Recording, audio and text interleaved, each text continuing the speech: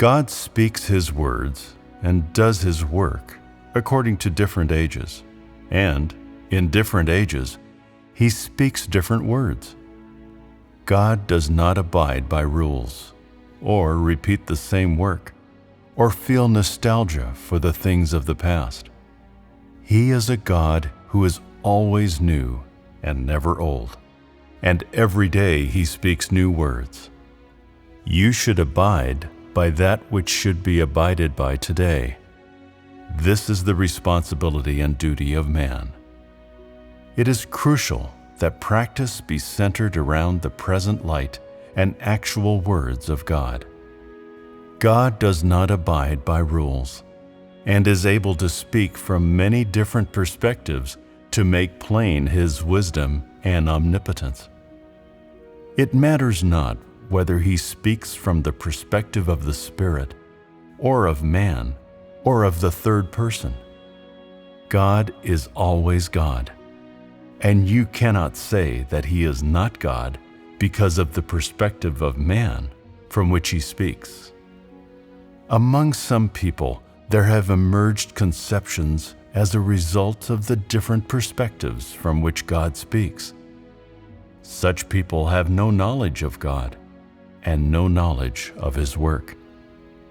If God always spoke from one perspective, would man not lay down rules about God? Could God allow man to act in such a way? Regardless of which perspective God speaks from, God has His aims for each.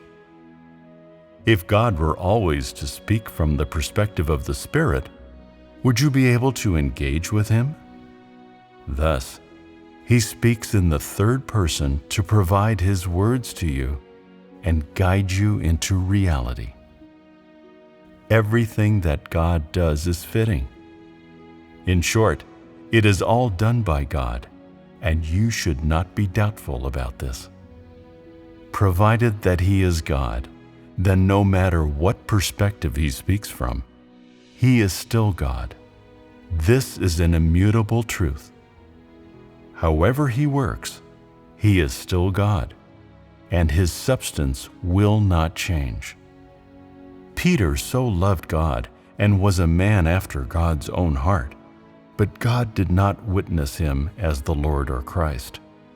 For a being's substance is what it is and can never change.